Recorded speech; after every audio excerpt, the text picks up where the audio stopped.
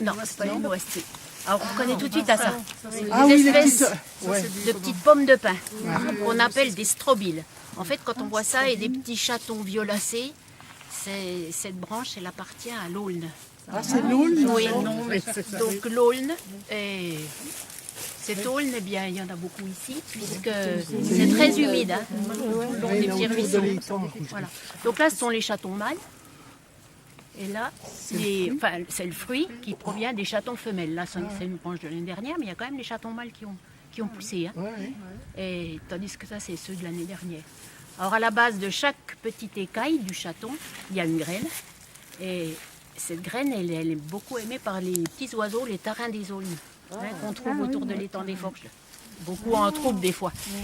Et donc, ces petites graines, elles ont des espèces de flotteurs pour pouvoir être disséminées par l'eau.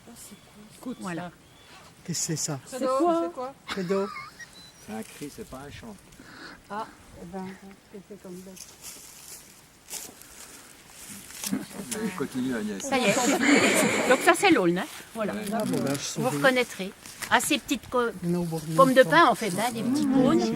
Sûrement un cri de rapace. Et puis des petits chatons Au mâles. moment de Noël, on les met en couleur.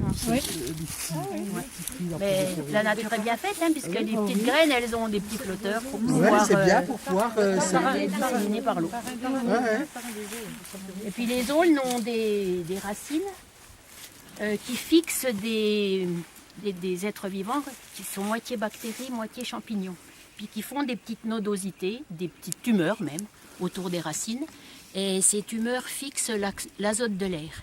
Donc ça permet à l'arbre d'avoir de la nourriture, d'avoir de l'azote. Et puis en même temps, l'arbre, bien, il va fournir des éléments aussi nutritifs au sol. Ça enrichit le sol pour la poussée de l'arbre. Donc c'est un peu compliqué. Oui. Hein, c'est une association de bactéries et de champignons. Il vit sur lui-même, à peu Ben près. oui, Hein? parce que ces bactéries et champignons captent l'azote de l'air, et puis ça fournit l'azote à l'arbre, et puis ça enrichit le sol en humus, en matière nutritive. Alors ça, parfois j'en ai déjà trouvé, mais c'est assez difficile de trouver, surtout quand l'eau est assez haute. Et c'est des petites tumeurs qui sont de couleur orange. Quand on en voit, ça fait une boule plein de petites nodosités oranges qui sont agglutinés. C'est le champignon qui a attaqué l'arbre au départ. Donc l'arbre a été fragilisé et puis petit à petit, ça met environ 20 ans pour que le mycélium, c'est-à-dire la partie souterraine du champignon ou alors qui s'incruste dans le bois, pour se développer. Puis au bout d'une vingtaine d'années, il y a le champignon qui apparaît. Ce qu'on appelle la fructification, c'est-à-dire ce qui va donner des spores. Voilà. Et après, l'arbre, il est mort. Hein. C'est pour ça d'ailleurs qu'on les laisse aussi pour les pics, tout ça, pour la biodiversité. Donc on tire l'amadouvier. Amadouvier, le nom du champignon en français. Oui.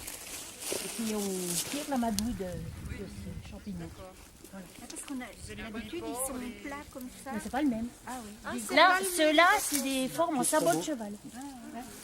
Bon, quand ils poussent, ils ont un petit peu une forme de console aussi.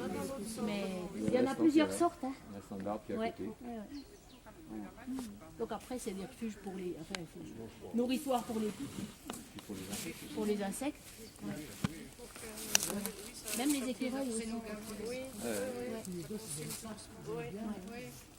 Donc, en hiver, surtout, quand on fait un petit peu des champignons, c'est surtout les croûtes qu'on étudie, quoi, comme ça.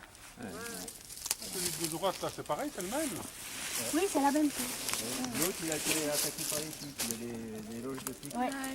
Enfin, pas des loges, hein, c'est vraiment il s'est nourri là. Donc là, c'est un champignon parasite. Hein. Il va se développer au dépend de l'arbre et lui nourrit. Et puis vous avez le lierre qui pousse à côté. Le lierre n'est pas du tout un parasite. Hein.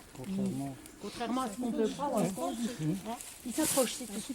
Alors, quand vous voyez les premières feuilles, les feuilles là, elles sont palmées.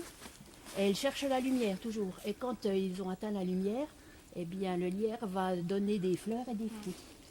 Et vous les voyez des fois sur des petits murets.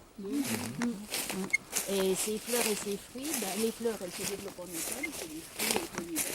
Donc c'est une bonne oiseaux au début de l'hiver. Voilà. Donc ici, ce ne sont que des feuilles palmées qui cherchent la lumière. On verra peut-être. Je viens de voir quelque chose d'étonnant. Je dirais que la lignée de hêtre ou de charme, là, ils étaient plantés en ligne. Regarde, c'est comme un couloir. Ouais, comme un... On n'a pas ça.